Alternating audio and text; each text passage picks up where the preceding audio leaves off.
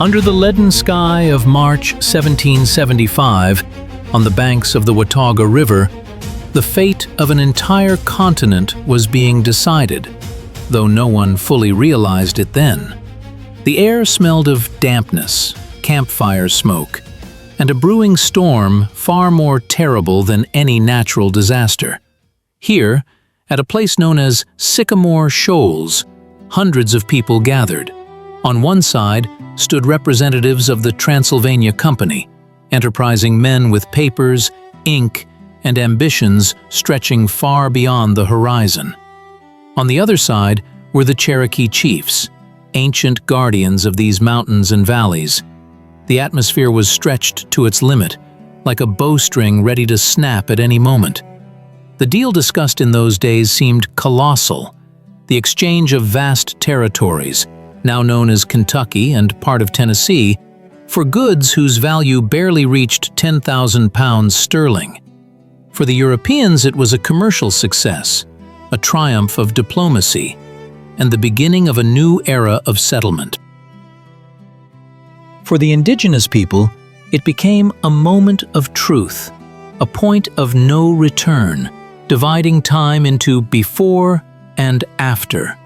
Among those gathered, the figure of a young chief stood out, whose name would soon become a symbol of unyielding resistance. His name was Dragging Canoe, or Tatsi, and his gaze was heavier than the stones lying at the bottom of the river. While the elder chiefs, tired of endless skirmishes and desiring peace at any cost, affixed their marks to the parchment, he remained silent. But when the deal was concluded, he broke the silence with words that sounded like a verdict. He said that the Europeans had bought a fine land, but they would find it dark and bloody. This was not a threat in the usual sense. It was a prophecy based on a deep understanding of the nature of the impending conflict. He saw what others did not. The appetites of the newcomers could not be satisfied by treaties. Every concession only fueled their desire to go further, beyond the next ridge, beyond the next river. Thus began the confrontation that historians would later call the Chickamauga Wars, although the participants themselves did not give them names. For them, it was simply life turned into an endless struggle for survival. To understand the depth of this tragedy, one must look at the world of that time through the eyes of both sides. For American settlers, the Western lands were a promised land, a chance for freedom and prosperity. They fled the overcrowded cities of the East Coast, from debts, from laws that seemed unjust to them. They saw in the wild forests not a foreign home, but a resource awaiting a master's hand.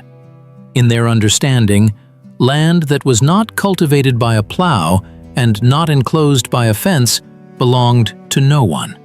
This was a philosophy of expansion, bolstered by confidence in their own righteousness and divine destiny.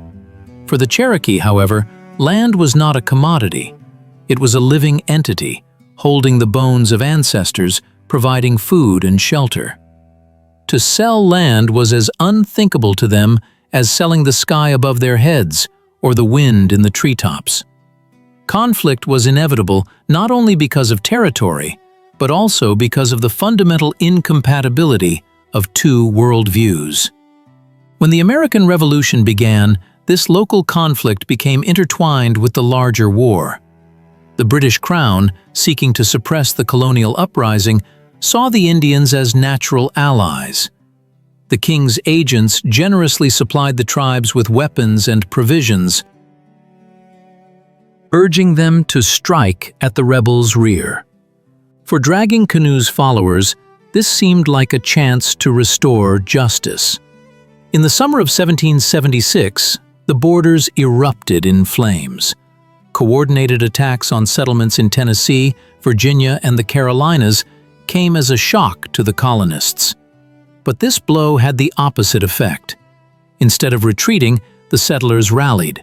Fear turned into rage, and rage spawned a retaliatory wave of violence that surpassed in its brutality anything these lands had seen before. The colonial militia, temporarily forgetting about the British, organized punitive expeditions into the heart of Cherokee lands. The colonists' tactics were simple and ruthless: the total destruction of the enemy's economic base. They burned villages, destroyed corn crops, cut down fruit orchards that had been cultivated for generations. By the autumn of 1776, dozens of Cherokee towns lay in ruins. The old chiefs, seeing the suffering of their people, sued for peace. They were willing to give up even more land, if only to end the hunger and devastation. But dragging Canoe and his followers refused to admit defeat. They understood that any peace treaty now would only be a postponement of their ultimate disappearance. They made a decision that forever changed the course of the region's history: to leave. This exodus marked the beginning of the formation of a new community, which would be called the Chickamauga Cherokee. They left their ancestral homes and moved southwest to the area of Chickamauga Creek, which flows into the Tennessee River. This location was not chosen by chance. The geography itself became a fortress here. Turbulent waters, dangerous rapids, dense forests, and steep mountain slopes made this area virtually impregnable for a regular army. Here, in isolation, they began to build a new life, entirely subordinated to one goal: resistance. Everyone who did not wish to come to terms with the seizure of lands flocked to them. Warriors from other tribes, Creeks, Shawnees, Delawares, and even fugitive supporters of the British Crown. This was no longer just a tribe, but a multinational military confederation, united by a common fate and a common enemy. Life in the Chickamauga settlements was harsh and ascetic. Every man was a warrior.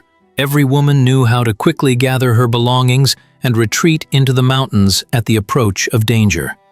They developed unique tactics of warfare, using the advantage of the terrain. They did not engage in open battles, where the enemy's numerical superiority and artillery could decide the outcome. Instead, they launched lightning-fast strikes on trade caravans, isolated farms, and river vessels. The Tennessee River became their main artery and their main weapon. Settlers' boats attempting to penetrate deep into the continent fell into ambushes in narrow parts of the river, where cliffs overhung the water, creating ideal conditions for an attack from above. However, internal tension within the resistance grew with each passing year. Dragging Canoe had to be not only a military leader, but also a subtle politician. He needed to keep people of different tribes together, quell internal conflicts, and maintain faith in victory when clouds of hopelessness darkened the horizon. The most difficult task was to preserve cultural identity in conditions of constant war. Traditions and rituals that had bound society for centuries began to erode. The younger generation, raised under the whistle of bullets, knew only war. The art of hunting was replaced by the art of ambush. The wisdom of elders gave way to the audacity of field commanders. This was the price that had to be paid for freedom, a slow transformation of the very spirit of the people. At the same time, tectonic shifts were occurring on the geopolitical arena. The Spanish Empire, which controlled Louisiana and Florida, anxiously observed the expansion of the young American Republic. The Spanish understood that if the Americans were not stopped, they would soon come for their possessions as well. In the Chickamauga, they saw an ideal buffer, a tool to contain the American flow. Secret diplomacy began. Spanish agents began supplying the Indians with gunpowder, lead, and rifles. This breathed new life into the resistance, but also made the conflict even more convoluted. Now it was not just a struggle for land, but part of a global chess game of great powers. In the early 1780s, pressure on the Chickamauga settlements intensified. American expeditions, having learned from bitter experience, began to operate more effectively. They learned to find secret trails and use guides from among loyal Indians. In response, Dragging Canoe made a strategic decision that demonstrated his genius for foresight. He realized that the settlements on Chickamauga Creek had become too vulnerable and known to the enemy. It was necessary to move even further, to even more inaccessible places. Thus began the second exodus, this time to the area where the Tennessee River cuts through the Cumberland Plateau. Here the famous 5 lower towns were founded: Nickajack, Running Water, Long Island, Crowtown, and Lookout Mountain. These towns became true bastions of resistance. Protected by nature itself, turbulent waters and sheer cliffs, they seemed impregnable. From here, warriors launched raids hundreds of miles away, reaching Kentucky and even Indiana. This was the period of the Confederation's greatest power.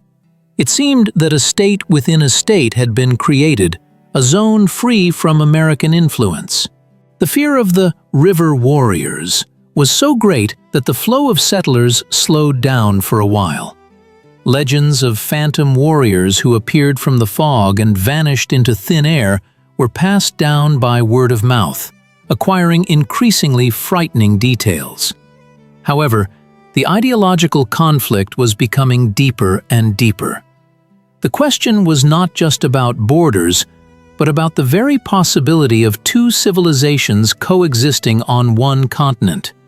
The American political elite of that time, including the Founding Fathers, increasingly leaned towards the idea that coexistence was impossible. Indians were perceived as an obstacle to progress, as chaos that must be ordered by civilization. In turn, the resistance leaders realized that any treaties with whites were just paper. They saw how agreements were violated one after another. The Treaty of Hopewell of 1785, which was supposed to guarantee the inviolability of Indian lands, was violated almost immediately after signing. Settlers simply ignored the lines on maps, and the government had neither the desire nor the resources to stop them. This generated deep cynicism and despair among the indigenous population. They realized that the law was on the side of force, and force belonged to whoever could field more shooters. The culmination of this long and arduous confrontation approached in the early 90s. In the North, in Ohio, combined forces of Indian tribes inflicted a crushing defeat on the American army of General St. Clair in 1791. This news spread like an electric shock through all the tribes of the continent. It seemed that victory was possible, that the white men could be driven back beyond the mountains. There was exhilaration in the lower towns. Dragging Canoe personally visited the Northern Allies, strengthening ties and gaining experience. But this hope proved to be a false dawn. The American government, frightened by St. Clair's defeat, reorganized the army. The militia was replaced by professional legions under the command of General Anthony Wayne. The war machine started with renewed force. The tragic turn occurred not on the battlefield, but in the silence of the night. In March of 1792, the great chief Dragging Canoe passed away. He had celebrated a successful raid and an alliance with the Choctaw tribes, danced all night, and in the morning he was gone. His departure was like the fall of a giant oak that held the entire mountainside in its roots. Without his charisma, without his strategic vision and undeniable authority, the unity of the Confederation began to crack. His successor, John Watts, was a brave warrior, but he lacked the mystical power of persuasion that his predecessor possessed. Meanwhile, the patience of the Tennessee settlers ran out. They were tired of living in constant fear, tired of waiting for help from the federal government, which, it seemed to them, was too busy with problems in the North. In 1794, Major James Orr, accomplished what was considered impossible. He gathered an expedition of more than 500 volunteers and led them into the very heart of the Chickamauga territories. They moved secretly, using the same trails that the Indians themselves used. Their goal was the lower towns, those very impregnable bastions. The morning of September 13, 1794, was fateful. Orr's expedition approached the town of Nickajack unnoticed. The attack was sudden and devastating. The sleepy inhabitants did not have time to organize a defense. Chaos engulfed the settlement. Fire consumed the huts, food supplies, crops. Following Nickajack, running water fell. The myth of the impregnability of the lower towns was dispelled by the smoke of the fires. This was not just a military defeat, it was a psychological collapse. The Indians realized that there was no longer a safe place, no refuge that the long knives could not reach. The geographic shield on which they had relied for decades had been breached. The events of that autumn put an end to organized resistance. The chiefs realized that continuing the war would only lead to the complete physical disappearance of their people. In November of 1794, a peace treaty was signed at Tellico Blockhouse, but it was a peace of the vanquished. The Cherokee recognized the loss of vast territories and agreed to the construction of roads through their lands. In fact, this meant the end of independence. The long peace that philosophers dreamed of had arrived, but its price was exorbitantly high for one of the parties. The significance of these events extends far beyond local history. The Chickamaugan Wars became a prologue to the tragedy of all indigenous peoples of North America in the 19th century. Here, in the mountains of Tennessee and Georgia, a model of displacement was perfected. First, treaties, then the violation of these treaties by settlers, then military conflict, punitive expeditions, and finally, forced land cession. The policy that would lead to the Trail of Tears 40 years later was forged precisely in these decades. The paradox was that it was the heroic resistance of the Chickamauga that accelerated the process of consolidating the American nation on the frontier. The common danger united the disparate settlers, creating a special identity of border people, for whom expansion became a way of life. The lessons of that era resonate today. The history of the Chickamaugan Wars reminds us of the fragility of agreements when they are not backed by a balance of power. It shows how easy it is to dehumanize an opponent, turning them into an abstract obstacle, and how difficult it is to restore trust after decades of violence. Dragging Canoe and his warriors fought not just for territory, but for the right to live by their own laws, for the preservation of their universe. Their defeat opened the way for the creation of modern America, but this path was laid over the ashes of ancient cultures. Today, looking at the calm waters of the Tennessee River, it is difficult to imagine that once every turn here held mortal danger, and the air trembled with war cries. The names of cities and rivers are the only things left of those who once called these places home. But if you listen closely, in the rustle of the wind, you can catch echoes of those long-ago events, a reminder that the earth remembers everything. History does not disappear without a trace. It dissolves into the landscape, becomes part of the soil on which we stand. And Dragging Canoe's prophecy, in a sense, came true. The land indeed became dark with spilled blood and tears before becoming the foundation for a new civilization. Concluding this historical digression, we return to the beginning, to that March day in Sycamore Shoals. The circle is complete. What began as a dispute over borders transformed into an existential battle between two worlds. The victory of one inevitably meant the decline of the other. In this story, there are no absolute villains and heroes in the Hollywood sense. There is only the inexorable logic of the historical process, grinding down the fates of peoples. And, perhaps, the main lesson is to remember the price paid for the map of the modern world, and to treat with respect those shadows of the past that are invisibly present beside us. America stepped into the 19th century, leaving the Chickamauga Wars behind. But the scars of this conflict remained in the national memory forever, even if they are not often written about in school textbooks. This was a war that defined not only the boundaries of states, but also the boundaries of morality, which humanity would have to cross many more times. Gradually, with the passing of the last witnesses to those events, the fury of battles subsided, giving way to the silence of archives and museums. But the energy of that resistance, the spirit of defiance and love for their native land, did not disappear. They transformed, becoming part of the cultural code of the region. And today, when we speak of freedom and the struggle for our rights, we, voluntarily or involuntarily, turn to the experience of those who, more than 2 centuries ago, decided that it was better to go into the unknown and fight to the end than to live on their knees.